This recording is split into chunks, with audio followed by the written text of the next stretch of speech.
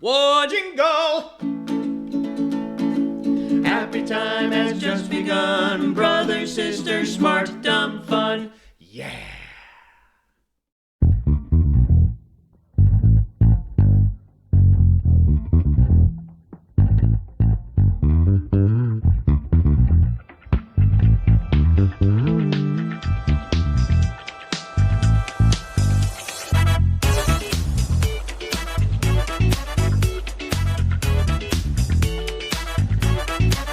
Look at us on a Monday. I feel so weird right now. I know. I keep forgetting it's Monday. I know, I do too. Of course, this time of year as a teacher, I forget what day of the week it is all the time. So all I know is I knew it was Monday because the Victorian Bakery was closed in Kalamazoo, and I got super sad because I'm always sad when the bakery is closed. And then I get super happy on Tuesday when the bakery is open again. I know. So Ann, I noticed that when I started the music to start the show, you like totally ran off. I did. I was worried that you weren't going to. Good job getting back in time. No problem. I'm roasting garlic for dinner tonight, and so I had to run and put the garlic in the oven. So now, there we go. When does the garlic done? It's done in an hour. Okay, so we have literally exactly 60 minutes to do the show because then the garlic will be done. What are you putting the roasted garlic on? Can I ask? It's a tri-pepper bread from Crust Bakery. Oh, it's from Crust? Mm-hmm. Totes jelly. That means I'm totally jealous. I'm totally jealous. You look at me using the same language that the cool kids are horrified that they would hear me say. So exactly, like, oh, we can't use that language anymore because old Mrs. Brothers uses it. Yes, super uncool Mrs. Brothers who wears slacks to work. Yep. Exactly. Did you see her shoes? They're so unflattering. I was like, yeah, but my feet don't hurt. But my feet feel so good now. That's right. Yeah, exactly. So yes, if you are seeing us right now live on the Facebook or the YouTube, don't worry, you're fine. It is Monday, but we're doing this because we have a super special guest today, and this day worked for her schedule, so that's awesome.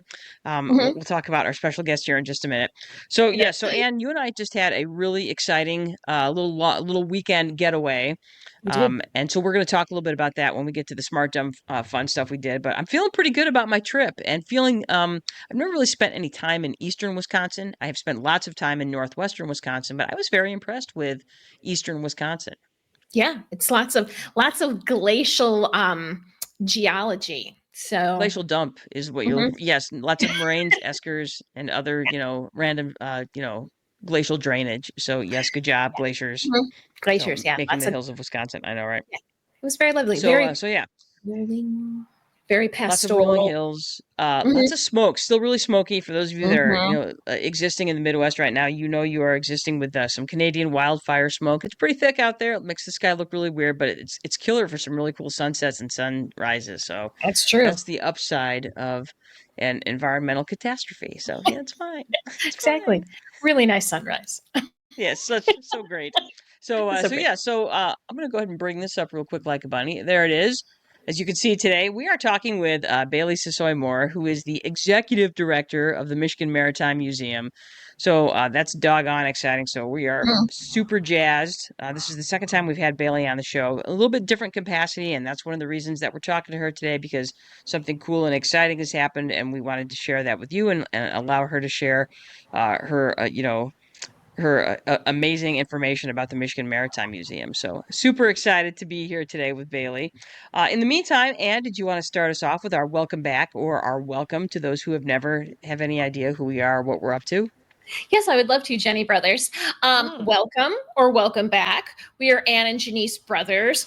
We are sisters. Our last name is Brothers, and we don't have any brothers. People are always, that's the first question they ask is like, oh, do you have brothers? And the answer is no. And then they're like, oh, as if that's like conversation over, as if we could not be less interesting because we don't have any brothers. We don't have any brothers. So yeah, so there we go. No, we don't have any brothers, in case you were wondering. So there you go. So we're in our 50s, Generation X, which means we grew up being taught that nuclear war with the USSR, which is now Russia, was inevitable, and it made for TV movies that reflected that fear. So we were still of that generation where we could be decimated by nuclear destruction at any moment. And it added, I think it's one of the reasons why we're a fairly angsty generation. We were really into angst when we were in our teens and 20s. And I think it's because, we were still being raised with that idea. We didn't have the optimism of winning a world war, but we had all the fear of dying in a nuclear war. So I think it made us very angsty, not anxious, angsty. It's like, hence all the John Hughes movies. Is that yeah, probably. Yeah. I don't know. I just feel like I think I feel like that threat of nuclear disaster made us want to just have a good time. Yeah. So, what can I say? I'm like, anyway. Yeah. Do you remember The Day After, Anne? Do you remember that movie? I do remember. Yeah. Oh yeah, man. Burned into my subconscious. Mom and Dad actually let us stay up late so we could watch that as a family. I'm like, yay, family TV. Nuclear annihilation. You're all going to die badly and slowly. Yes, but that was literally that's all they talked about for weeks was this upcoming movie, blah, blah, blah. And so, yes, we got to stay up late to watch The Day After with the family, and it was terrifying. And I think I had nightmares for the next, 10 years. So. I think so too. And then there was one that the English made, which was even worse. It was even more cool. Do you remember that one? Yeah, Threads. That was Threads, yes.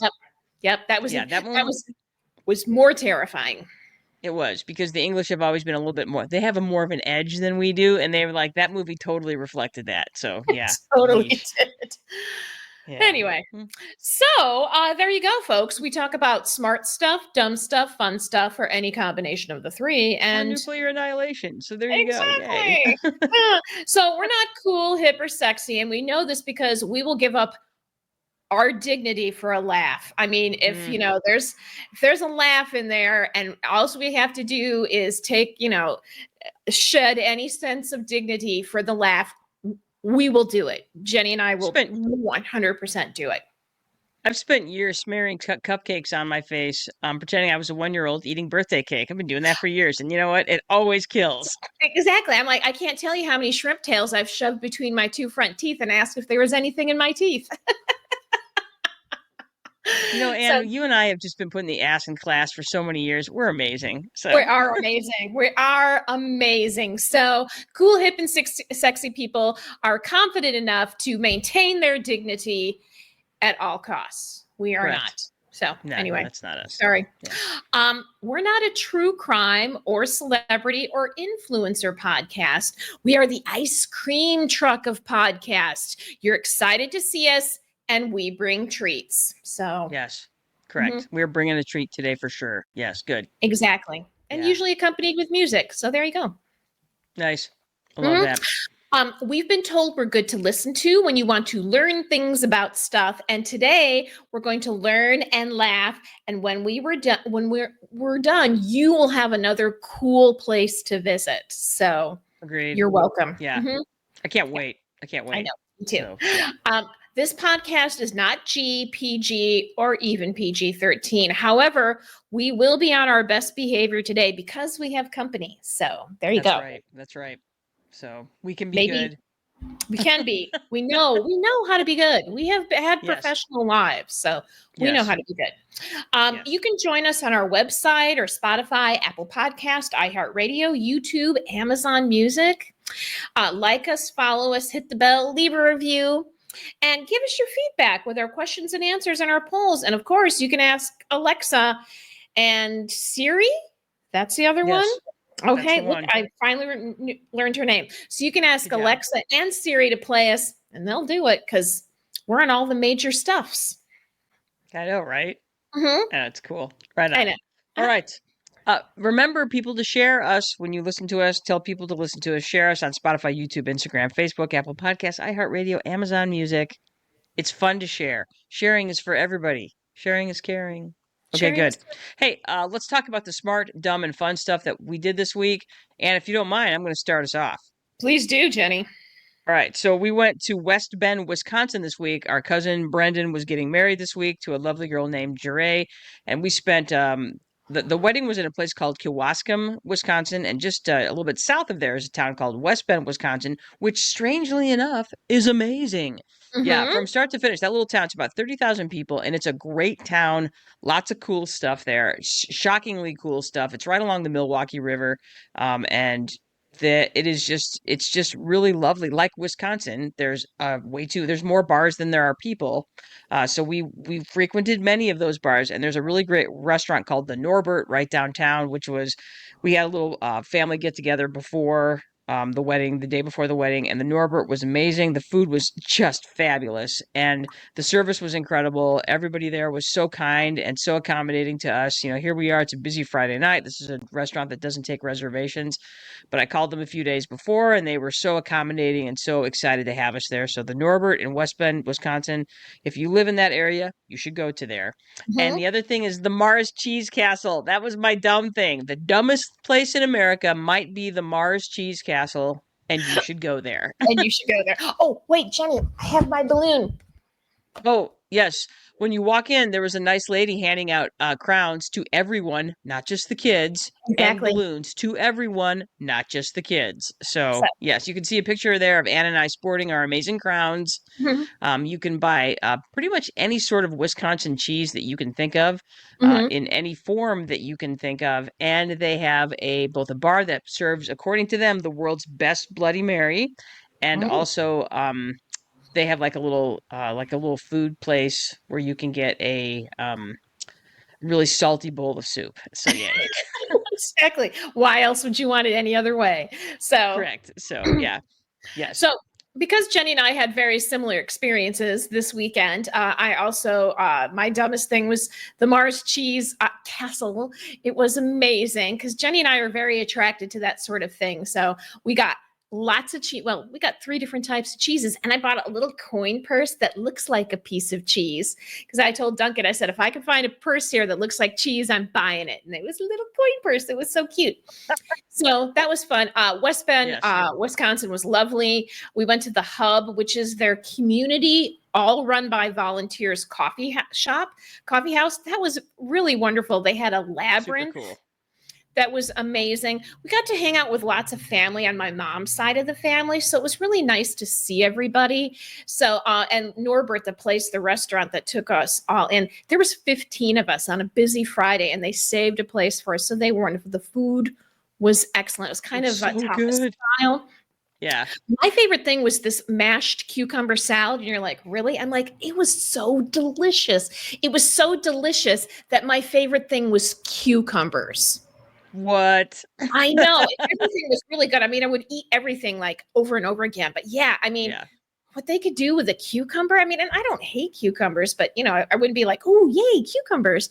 But damn, I would have eaten that like I would have gotten another order of it. So there you go. for So sure. that was fun. We had a great time, lots of laughing, lots of family. We counted 9 bars downtown, and downtown is only 3 blocks. Oh, and we actually counted 2 more as we were driving out of town. So make it Okay, 11. 11 bars in 3 blocks. Damn. So anyway, Wisconsin, you never disappoint when it comes you to being able never to find a drink ever. exactly. Yeah, we had no problem there. So there you go. So, yes. All right. Bailey Sisoy-Moore is here to talk to us about the Michigan Maritime Museum. So, without further ado, let's bring her out. Bailey Sisoy-Moore, there you are. Woo! Or did I get you? There you are. Nice. I love it. I'm going to go ahead and bring you in so that we can see your beautiful shining face. So, Oh, yeah. well, I'll meet you guys on a Monday anytime. Thank you for doing this. Thank you for Sweet. having me. Thank you for coming on and joining us once again. So, yeah. How are you? I'm doing really well. Thank you for asking. I mean, sunshine on the water, boats to be ridden, exhibits to explore. What could be better? Nothing, as far as I'm concerned. Yeah. So Cheese. If I had some cheese, I'd be solid. you would. You'd be super solid. Okay. And you want to lead the questions on this, or do you want to? How do you want to do this? Oh, sure. Bailey, you've been on our show before. In fact, if you'd like to hear Bailey talk about the Detroit History Club and Detroit History Tours, you can go back into our archives and listen to that because that's a fabulous interview. But you know that our first question to all our guests is, please tell us something smart, something dumb, something fun, or any combination of the three. I had to overachieve, but I have so much cool information and so much cool stuff happening here at the museum. I've got one of each for you. Yay. So my something smart is, do you know that at the beginning of the 20th century, the gross tonnage of freight and sellable products moving on the Great Lakes, and in particular through the Soo Locks, was larger than that of the Suez Canal and the Panama Canal combined? I did not know that. That's crazy. I would never have even guessed that. And it's not even close. Going up against the other two canals combined, the Soo Locks did about 160% more. Wow. At one time, the Great Lakes at any given moment had more valuable freight on the lakes than the Suez Canal would see in a full year. So when we talk about like transport, and this was the basic stuff, this was furs, this was leather, this was in particular for South Haven, the area I'm in now, stone fruits, #1 stone fruit producer in the world at the time. And all of this is moving aboard schooners and sloops. And then as we get into the freighter era, Great Lakes stay on top largely because of automotive and then what we do and produce during World War I. So the Soo Locks remained one of the #1 access points for sellable goods in the entire world for water transit. It's just remarkable to me. That's mind-blowing, especially when you consider that these other two places, when you think of the Panama Canal and the Suez Canal, those are worldwide canals, and yet we are kicking their butts. That's awesome. We were for many, many years. Maybe not so much now. Yeah, as shipping came in out of Asia and particularly, and certainly out of like the African Horn, we've seen these numbers change. But still today, like as we sit in 2025, vessels moving on the Great Lakes are about $1 billion a year to the US GDP. So we're talking about big, big numbers. And when we talk about lake health and the economy of the lakes, this all factors in. To totally change. Awesome. You ready for something kind of dumb and silly? Yes. Do you Always. know that there's Native American and First Nation folklore and story around the idea that the lakes breathe? And that like so much myth and legend, it's actually rooted in science and fact, but it existed before a time when we understood the science. So there's a term and it's called sashing or to sash. And it is the tidal rise and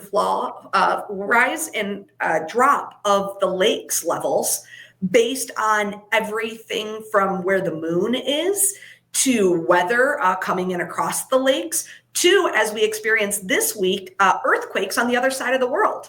And that can affect the lakes rising and falling over a foot, sometimes in as little as a few minutes. And so for First Nation and tribal and Native American cultures, they saw this phenomenon and they thought it was the lake taking a breath. So now we know the phenomenon happens, but its technical term is sashing. Nice. I love the idea of the lake breathing. I think that's so Isn't cool. there something about that just, it That's awesome. feels right? It Anyone does. who's lived on the lakes knows they're alive, knows that Correct. they breathe, and sometimes they get angry. And then my something fun is in my new office, which I'm proud to have, following the 16-year legacy of the outgoing executive director, who in her own right is a unbelievably a wonderful woman who's a force of nature unto herself. Out of her office window, now my office window, I get to watch a drawbridge all day. That drawbridge covers the Black River, and it's a transit point out on the Lake Michigan, and it's one of 1,037 drawbridges in the United States of America. And I get to spend most of my day with the Dykeman view, kind of out the corner of my eye for Dykeman Bridge. Okay, question. I have a question. Cool. Is it this kind of drawbridge or is it this kind of drawbridge? Excellent question. So this kind of drawbridge actually isn't a drawbridge. It's called a lift bridge. And then have you seen this kind of bridge like St. Joe's has? Yes. That's called No. a swing bridge. But the ones that do this, the ones that give you the Dukes of Hazzard lineup, those are drawbridges. And that's what we've got here in South Haven, the Dykeman Bridge. Sorry. No, I'm with you. It's like every time it goes up, I always look out going, is one of the golf carts going to go for it? But it's kind of cool because the museum's over 50 years old. And in the early days of the museum, there wasn't an address. It was south of the drawbridge. Wow. That was how they told people how to find us. Get to South Haven, because we're immediately south of the drawbridge. Can figure that out. That's and so awesome. it's kind of this fun little part of our personal history, but knowing there's a little more than 1,000 drawbridges in the whole country, I think it's pretty fun. I get to watch one most days. That's awesome. You have $1 million view. At least. Maybe 5 million on a good sunny day like today. Yeah. Probably.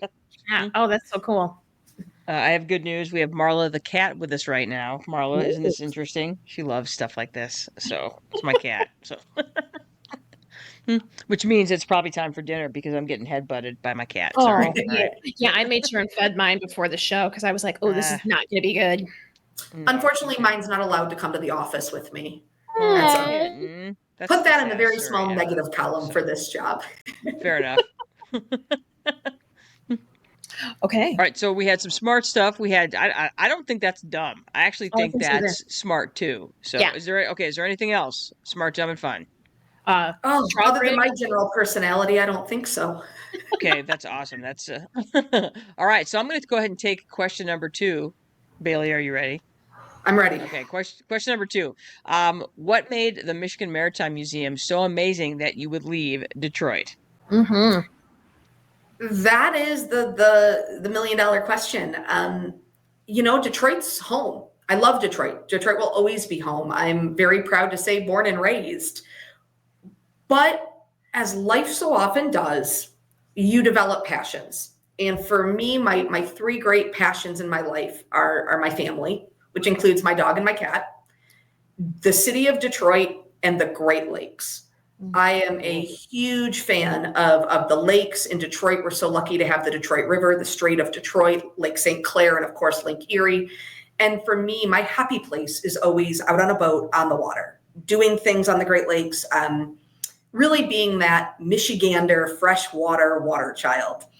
And as life went on, I worked heavily in tall ships for the last 12 years through my roles at Detroit History Tours, but also through organizations like the Detroit Yacht Club and Sail America, and always loved that. My old joke used to be, one day if I get to retire, I'm setting off to sea and I'm just going to travel the Great Lakes until it gets too cold, and then make my way down to the Keys until it gets too warm, and then make my way back up. And the Michigan Maritime Museum is a cultural touch point in this part of the state, and becoming a cultural touch point for the entire region, the tri-state area. It is the repository of Great Lakes history, Michigan maritime history, and it has a remarkable on-water fleet. What I would argue is one of the most complete on-water fleets guests are able to go out sailing on anywhere in our country. And when their outgoing executive director announced her retirement, she left a really remarkable legacy. This museum is on strong footing to really start doing huge things because of her trajectory she'd put it on. And when I was approached about interviewing and possibly coming out here, I sort of said, it would take a crowbar and a tall ship to get me out of Detroit. And they showed up with the tall ship. They really had such a wonderful team, incredibly strong team of directors, a brand new campus that they completed through a legacy campaign in 2022 that gives us 6 buildings, an outdoor campus on Lake Michigan and the Black River, this on-water fleet of 5 vessels, a wonderful captain of the fleet, a wonderful set of captain and crew for all of the vessels, an incredibly bright, smart, talented, also fun, at moments dumb office team, just everything you could hope for. And I will say always that my team in Detroit is the best in the business. But these guys, it became very clear to me very quickly, could give them a run for their money. And in Detroit, it's been 12 years at Detroit History Tours. From a little tiny scrappy company all the way up to a corporation that runs tours for lots of very large players. And as we've grown, I've had to step back from the day-to-day work and really operate the company. And that's been a wonderful experience. And it's brought a lot of my team up into positions where they were ready to take on more. And we didn't have more to offer them because I sort of was the ceiling. So when the Michigan Maritime Museum board entrusted me with carrying on the next era of this amazing museum, one of my first thoughts was, oh my gosh, I get to go spend my life on the lakes. I get to be on the water every day. We get to do, these incredible things, and we get to get involved with schools and senior groups and all the stuff that really gets me excited. But also that in stepping away, I open up that opportunity for a staff in Detroit that's more than earned it. So I'm very proud to say that team is carrying on beautifully, doing things in a way that makes me both proud and slightly nervous, and just absolutely rocking the work in Detroit. And it's given me a chance to come out here and flex a different set of muscles, to focus in on one very specific task and see how I can move that legacy from the previous executive director and all those that came before her into the next 50 years of what this place can be. And it is just a mission with so much teeth that I think is so important right now. It's a living museum with an on-water fleet that would make any captain jealous. But it's also a values alignment. They believe in preservation, education, community service. And to get to come out here and really knuckle down and focus on that for maritime history was an opportunity I couldn't pass up. That's awesome. It makes a lot of sense. I agree. Mm-hmm. I agree. Thank you both. Mm-hmm. You can feel your passion for it right through the screen. So yeah, it's fantastic. Yes. Mm-hmm. So, Anne, you want to take question 3? I will be happy to. Okay. So Bailey. All right. What is the mission of the Michigan Maritime Museum, and how is this accomplished? Well, we here at the MMM celebrate, preserve, promote, and steward the heritage and culture of Michigan's Great Lakes, waterways, and maritime careers, which sometimes are on shore, through education, exhibition, and on-water experiences. So our job here is to get everyone, whether they're a Michigander or a visitor. We're 2 hours from Chicago. We're an hour and a half from Michigan City, Indiana. So we get a lot of friends from our neighboring states. But it's to get all of them to understand the significance and the importance of the Great Lakes. This is something we preach at Detroit History Tours and that we preach here at Michigan Maritime Museum. If you want something to be preserved, if you want something to be considered important and cared about and constantly in the ethos of the community, you have to give people an education on it.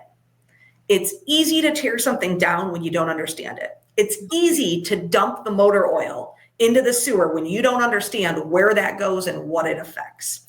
So while our mission is very clear, I think one of the benefits of our mission is we get people to care about the Great Lakes and recognize how important they are for commerce, recreation, and the overall health of the region and the country.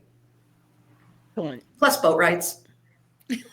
Plus really, really cool boat rides on the coolest boats you can imagine. We have a World War II Coast Guard rescue vessel, and you can go out and ride it on Lake Michigan. We have an 1811 reproduction sloop with a full crew who is dressed historically and immerses you in life on the Great Lakes at the start of the 1800s. We've also got a 1924 Chris Craft that makes you feel like you're right back in Prohibition. So how can you pass up an opportunity to teach when those are your tools? This is more fun than anyone should be allowed to have. I was like, you're making me, I was like, oh, now I see I have to get a membership because I'm going to go back over and over again. Yeah. And can I just say, one of the legacies of our departing executive director and our board, which has seen many members and our donors and our very strong community here, is our memberships are the best value around. $40 for an individual, which gets you into the museum unlimited access, plus included for all of our lectures and programs. We do phenomenal programming thanks to our program director, Ashley Dimming. You also, depending on your membership level, get guest passes. So for a family, $75 a year. opens you up to free make and take programs every Tuesday for kids, a program called Fish Tales, which is book time, story time for kids based on maritime books. I mean, for a family on any budget, this museum offers a tremendous community value. And that was a big part of what made me excited to come here too. Cool. Yeah. Oh, that sounds awesome. Yeah, that's awesome. Mhm. Love that. Yeah, because I noticed that your slogan is "We're more than just boats or boat rides." And I'm like, yes. I think that's the You are. unofficial slogan, but it's really true. And for many years, the museum, drawbridge is going up. The museum, do you guys want to see? Yes. Yes. All right, hold on, let me do a flip around. Trying to see, can you see it going up? Wait, sorry, I just did something I shouldn't have done. Sorry. Oh. Hang on. Cinema layout. Can you guys see that? Nobody can see that. All right. Yes, now we can see it. Oh. Oh, yeah, I could see it. There it goes. Oh, there it is. I'm waiting for the golf cart. Yep. See the line of people starting? That's So awesome. 9 times a day. Wow. That is gosh. awesome. Mhm. I apologize for messing up your screens doing that.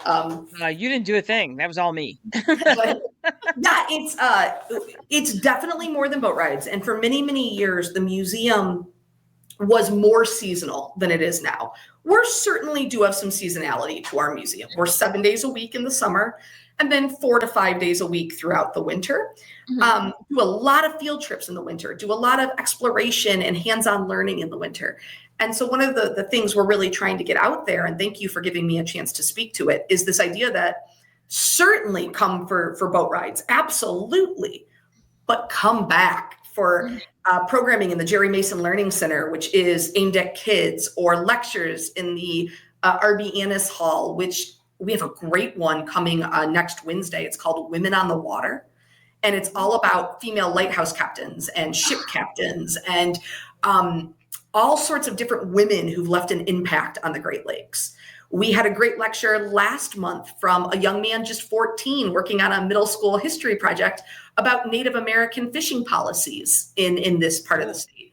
So there's always something going on here. And again, that's a big part of the draw, that I get to learn every day in my job here and learn from some really smart cookies. That's awesome.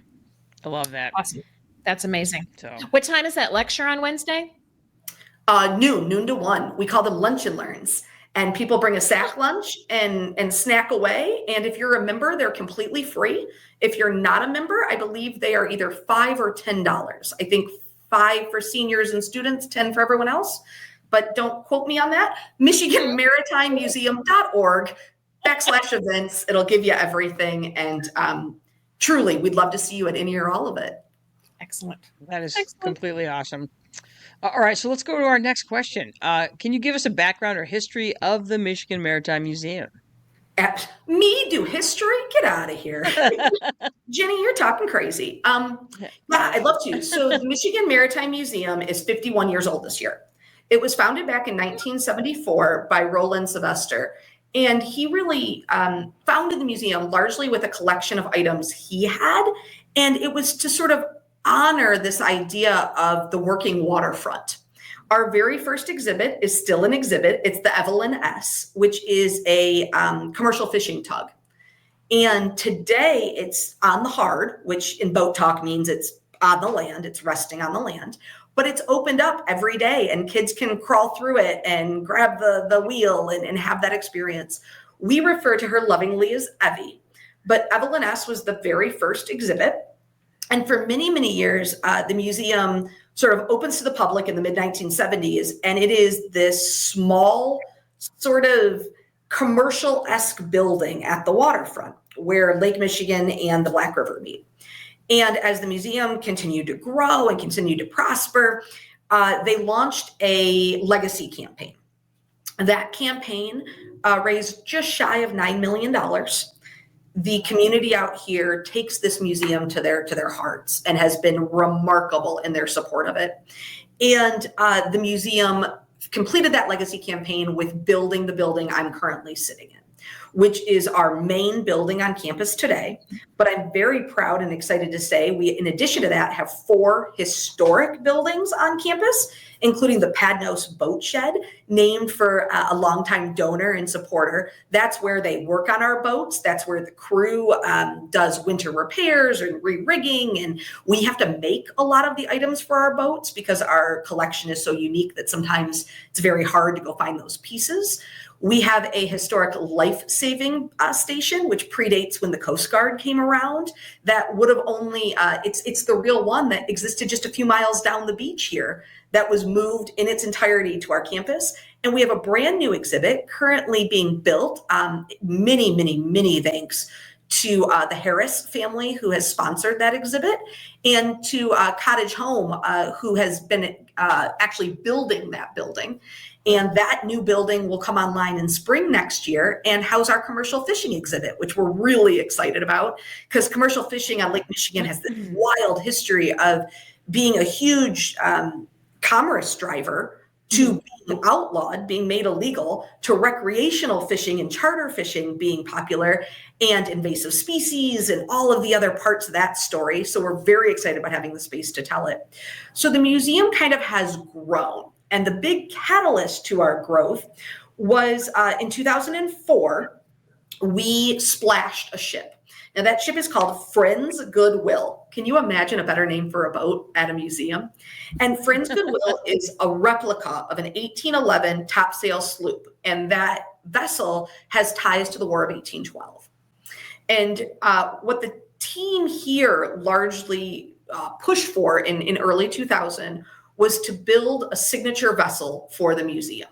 And so this is modeled 100% accurately against the original. It is sailed under the traditional methods. The only thing modern on it is life-saving equipment, as we would all want it to be.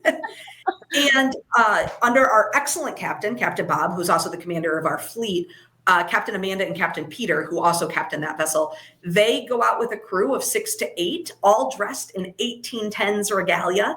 They take out guests as young as age 4, and we do everything from adventure sails, which deal with some science and some ecology, to sunset sails, which deal with, a glass of wine and the beautiful South Haven sunset, which can't be beat. So the launching of that ship in 2004 really was a defining moment in my mind for the museum's history because it gave us a signature attraction. And I've had the privilege of being on South Haven beaches when that vessel's going in or out. And the whole beach, tens of thousands of people stop and watch it. And then it's a lot of fun to hear people go, "It's a pirate ship." And I'm like, "It's an 1811 sloop. Get it right." Now, if yeah. I think I found a picture of it. Is it okay if I put that up on the screen real quick? Please. So there's the beaut. Yes, that is really beautiful. So I thought I just wanted to make sure people get a chance to look at that because that is pretty. And the thing is, I actually think I've seen that. I think I have seen it. Yeah. Yeah. The last time I was in South Haven, it was coming down the Black River, and it was it is a showstopper to say the least. Yeah. There is no way that goes by and you don't, pause for the moment. Exactly. Agreed. It's remarkable. Agreed. And I mean, we have a wonderful boat named Lindy Lou. And I think you might think this is fun. It's actually named for a wonderful donor, Linda, who her and her husband contributed the money to build that boat. It was built here on campus, and it's modeled after a 1920s little river skiff, but it's, new. It's all electric, and it does tours up and down the Black River. And it's got this beautiful sort of, do you remember that old Audrey Hepburn Out of Africa film where she's sort of like back with her silk scarf? It's sort of got that je ne sais quoi about it. And when that's going up and down the river, people will just stand on the bridge and take photos and watch it. So we've got these boats that I always think of as our introduction to the museum.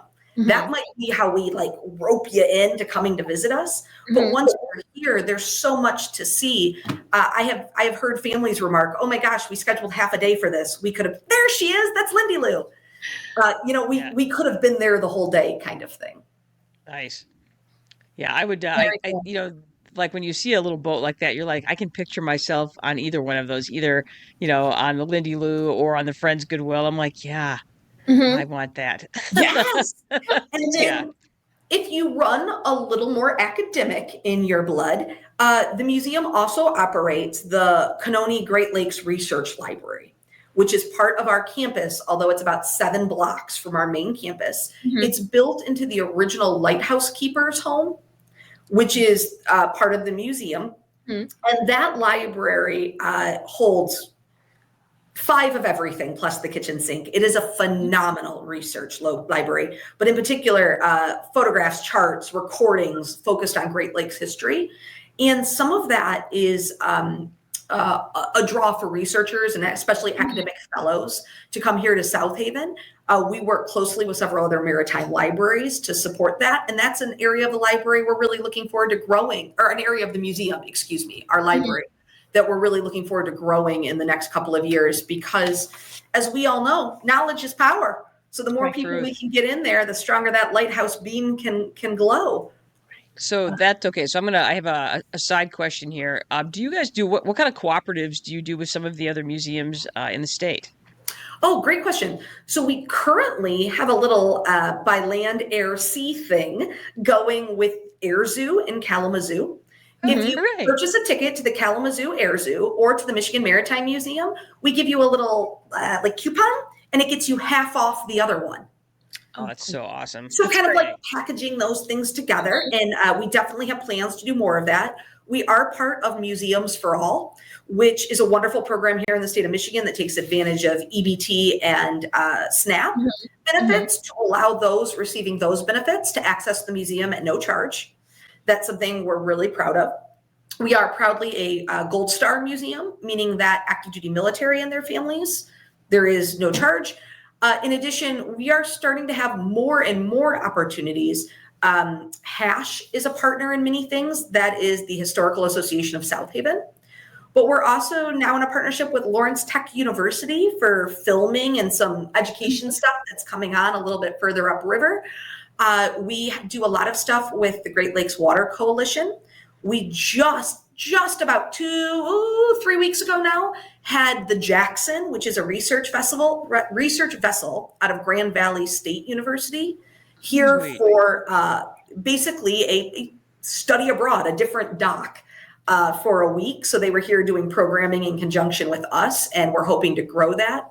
The Annis Foundation is a big supporter and certainly was part of us and the Jackson Research Vessel and Grand Valley University all kind of coming together. And what I try to think about every day coming to work here is we have this amazing toolbox. And if our toolbox helps somebody else solve their building problem, we want to be there to do it. So as we continue to sort of build these partnerships, schools are a huge one, but other museums are a big part of that because high tides raise all ships. And the museum world right now is under some threats. So I'm in the privileged position of being at a museum with a wonderful board, a smart and talented staff, and an economic footing built by the previous executive director that allows us to, in some cases, help other museums succeed the way we've benefited from other museums helping us. So who do we work with? Open call. We want to work with anyone doing education in Great Lakes research, and grab us. We want to be part of that. That's awesome.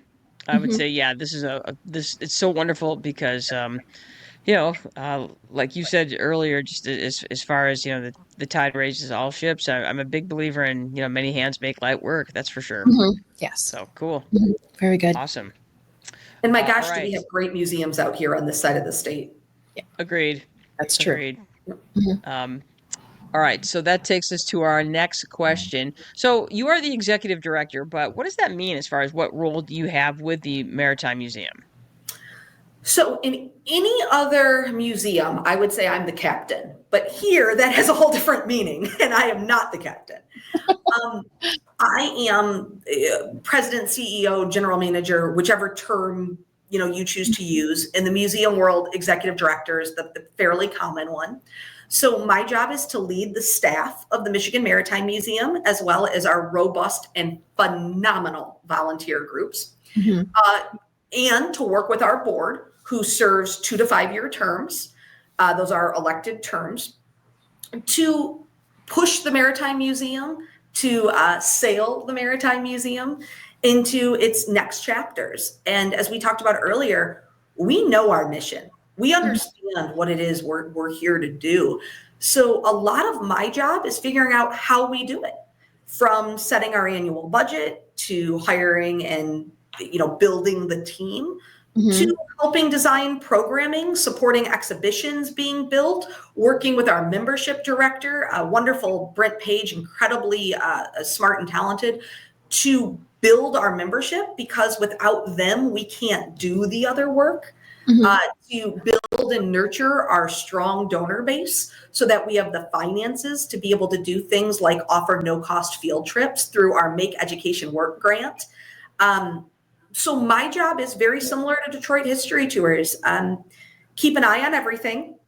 Be a ready set of hands to help when any member of the team could use an extra set of hands, and to always sort of be forward leaning towards what we can bring into the museum and what we can achieve. And in the rare case something goes wrong, to be the one out there making sure we fix it as quickly as possible. It's executive director. There's all sorts of jokes, but executive director, in charge when everything's going right, in trouble when everything's going wrong. Exactly. Right. Exactly. So, okay, so you had mentioned having a really great staff and a great set of volunteers. So that's the next question is, how can someone be part of the Michigan Maritime Museum? Gosh, well, first of all, membership. So individual membership is just $40 a year, and it gets you our mailed newsletter, as well as every 2 weeks we send out an email letter, which is really great. Always includes some fun facts, some recipes for maritime things, most of them you do not want to actually eat, and involvement invitations to all of the things we do. We're very proud to say we have members in Nebraska and Alaska and Iowa and Florida. And we also have members right here in South Haven. We have lots of members from the southeast part of the state, which makes me very proud. So you can go right to our website, MichiganMaritimeMuseum.org, click the membership tag and pick a membership that's right for you. We also have a wonderful group called the Keel Club. That is a group of donors who contribute at least $1,000 a year. And that group has special events and activities. They get in early to certain exhibits, and they really are, in so many ways, the wind in our sails when it comes to these new projects. These are the groups who are continuously supporting us, both in hours donated and in financial backing to make this museum keep humming along. We also need volunteers. Are you a school teacher who's looking for a way to just do the fun parts and no grading? On Tuesdays, we have Hands on the Harbor, which is a free make and take maritime craft that we host here. We need people to help run those. On Thursdays, we have an activity called Hands on the Harbor, where it's $10 a kid, and it's this great kind of STEM-based science, math, engineering projects. We supply everything we need. Help running those. We have a plastic boat regatta in May where we're looking for volunteers. August 22nd, we have our Rock the Boat 80s themed rock concert on campus to raise money for the museum. Tickets are $20 on sale now. It's always a fantastic show. Harbor Light does the bars, so they are beautiful West Michigan brewery, like yummy stuff. That's always fun. And we need lots of volunteers. It's easy to see a museum pull off an event and think, my gosh, that staff must be great. Yes, the staff is great. But the 30 volunteers who came and helped get the chairs out, or the 10 who stayed and helped clean it up, and the volunteer who's hauling ice, and the volunteer who's running the merch booth, that's how we really get this done. So we welcome volunteers. They are in many ways our lifeblood right there with the donors. So lots of ways to get involved. And if you want to volunteer as crew on a historic tall ship, there are a couple of requirements. You do have to do drug testing, which is a requirement of Tall Ships America and sort of an insurance requirement of doing maritime under the Jones Act. You do have to be a member, which can be as little as that $40 membership. And then you go through a series of training, which we offer 2 to 3 times a year. Once you've done that, you can start volunteering on board the ship. And we have some volunteers who've been with us 20 years. And want to hear something kind of silly? Mhm. Yes. The uniforms are historic tall ship crew wears. They are 1800 sort of sailors' uniforms, and they refer to them as funnies. So they're in their funnies when they're in uniform. So if you want to volunteer with some funnies, we'd love that help too. It really is, to your point, many hands make light work. Volunteers make museums possible. So if you're interested, if you're in this area, or if you're farther afield, but you say, heck, we could sponsor or help out or support, please, we'd love to hear from you. We've got lots of opportunities to be part of this important work. So cool. I want to do that. Get on out here. I want to go to there. And again, you guys, if you'd like to know more, Michigan Maritime Museum.org. There it is. It's easy to find. You can Google it and it just pops right up. It pops right up. Yeah. It is. All right. Well, you had that's awesome. So you had mentioned special events. So you mentioned a few. So are there some so I would call them just like banging special events that you do that you just that should not be missed? Oh golly. So I'm still experiencing them. I haven't been here, a full year to see the full, might of our event calendar. But there are a couple I've experienced that I would highly recommend. The fish fry. Can we just pause for a moment and talk about fried fish? Yes, I mean, always 100% of the time. And it's guilt-free fried fish because it's fried fish for good. It's coming in, it's supporting the museum. So it's part of our annual Blessing of the Fleet, which if you're anyone with an interest in maritime history, that ceremony is wonderful. Now, yacht clubs do it, boat clubs do it, naval, bases do it, but it's not always something the general public is able to participate in. If you're not a member of that yacht club or you're not serving at that naval base, they're generally not open to the public. Ours is. We'd like anyone who'd like to come and offer well wishes for a safe season on the water. We invite them to come. We have a non-denominational group of clergy, and they offer the blessings for each ship with the traditional lemon, olive branch, water. We all end up covered in Black River water by the end of it. We sing Old Lang Syne as a group, which is really moving and lovely out on the docks. And then we eat fried fish until we can't fit any more fish in. It's provided by Captain Lou's, which if you know South Haven, Captain Lou's is a institution. And that is a blast. I always recommend coming out for Blessing of the Fleet. In August, we have our Rock the Boat. This year is Forever Young. And it is an 80s themed event. Everyone dresses up, $20 a ticket. And we just have a massive fundraiser, like 600 people at the museum for a rock concert. What could be more fun than that? Nothing. We also have a really cool event coming up this holiday season, which I have not yet experienced, but the general excitement of the staff has me feeling excited. It's twofold. In October, we do the Spooktacular at the Maritime Museum, which is basically trick-or-treating through the museum. And the staff gets just a tad bit competitive with our costumes, I'm told. So that is going to be fun. And we invite the community to come in, and it's just a safe place to trick or treat with a little maritime history flair. And then we have Holidays at the Heritage, which is sort of the Christmas, Hanukkah, Kwanzaa, the winter holidays are celebrated through a series of events that last about a week and a half in December. And Santa comes by Coast Guard boat. Ooh. And kids are invited to kind of get in the boat and take their photos. We have a Christmas concert as part of that. We do lots of crafts those couple of weeks. I believe lighthouse Christmas ornaments are on the table for this year. I saw that floating around. I also saw origami boats floating around and was kind of excited about that. Oh, that's cool. And almost all of our events are family friendly. Every now and then we'll have a lecture where we'll say, this one's maybe 16 and over, or content should be reviewed by parent before attending. But by and large, we are very family friendly. From about 5 to about 105, our programs are appropriate. Those that require a physical capability, that will always be listed on the website. So for example, certain boats, there's a physical element to boarding or disembarking. So guests can always feel very confident reading through that to decide what's right for them, or reach out to us, if you have a specific question, reach out to us at the museum, and we're always happy to set the details. But I would say coming up, if you can make it August 22nd, we'd love to have you at Rack the Boat. And then Spooktacular in October, and Holidays at the Heritage in December will all be really fun. Okay. That sounds so fun. I was going to say, it does. It sounds great. Very good. This is right up my alley. So Ann Brothers, I believe we have exhausted all of our questions to Bailey, because many of them you have answered before we could even ask them. So Exactly. So as always, you have overachieved, Bailey. So yes. There you go. Good job. So, okay, I have a question for you. So I took one of the boat tours with Detroit History Tours.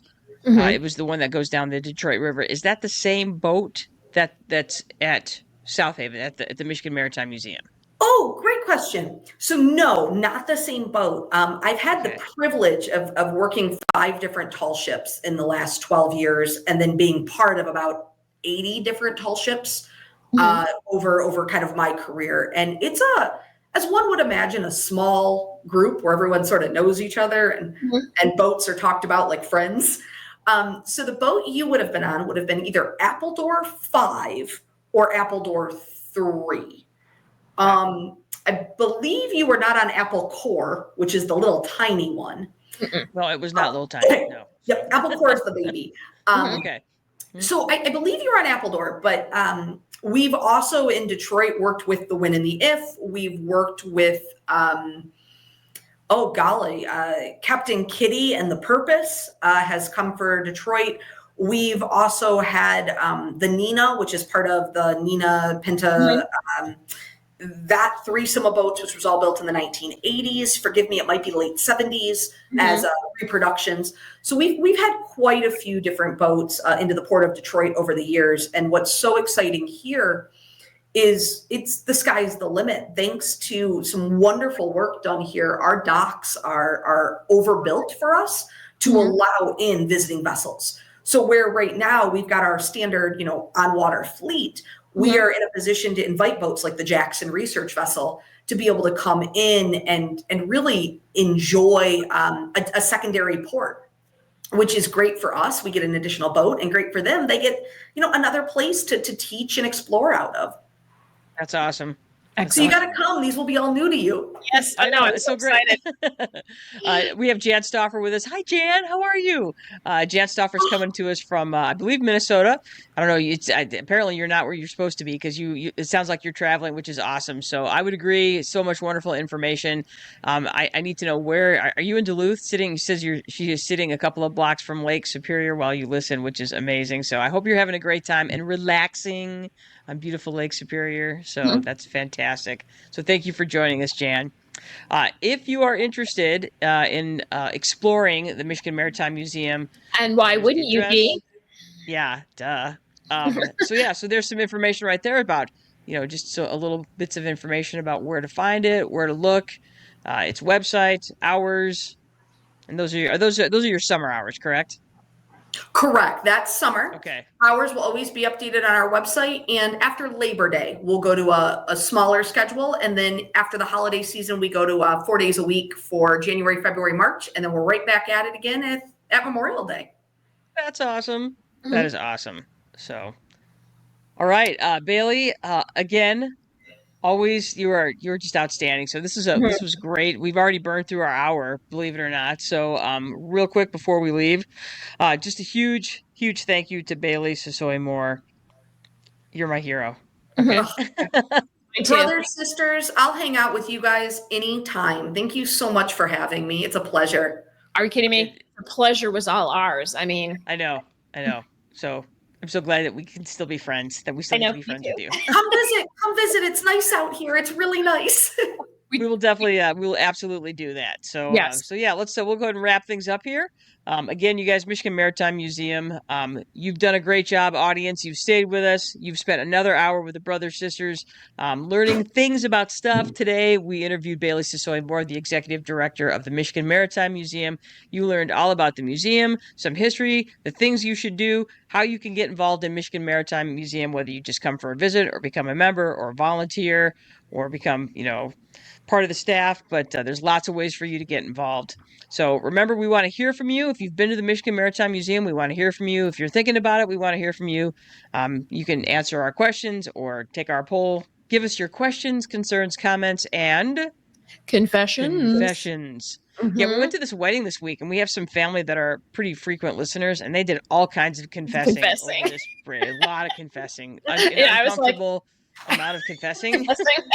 I was like, oh, we got to stop saying that, Jenny. Or we have to say it more. We got some serious tea this weekend. That's all I know. All right. Remember, you can support the Brothers Sisters for free. All you have to do is like, subscribe, leave a review, Spotify, YouTube, Instagram, Facebook, Apple Podcasts, iHeartRadio, Amazon Music, and all of that stuff. So please join us next week, you guys. We are going... Actually, you know what? This broadcast will end up dropping next week on Spotify and all of that. So join us 2 weeks from now when we do Youper Lights Part 2, Loper Lights, meaning that we're going to be exploring some of the Lower Peninsula beaches looking for Youper Lights, because apparently that's a thing too. So we're going to give you some intel on that. There you go. So it'll be fun. It'll be exciting, as always. So there you go. So join us in a couple of weeks, you guys. We'll talk about Loper Lights. In the meantime, I'm Janice Brothers. With me is my sister. And brothers. That's right. Oh, wait. Hang on. Yes, Lisa, I would agree. Lisa Grippy is with us. We have to catch up. That is it for sure. And I forgot to turn on the goodbye music. So I'm going to do that again. I know, right? There it is. That's right. Again, one more time. I'm Janice Brothers. With me is my sister.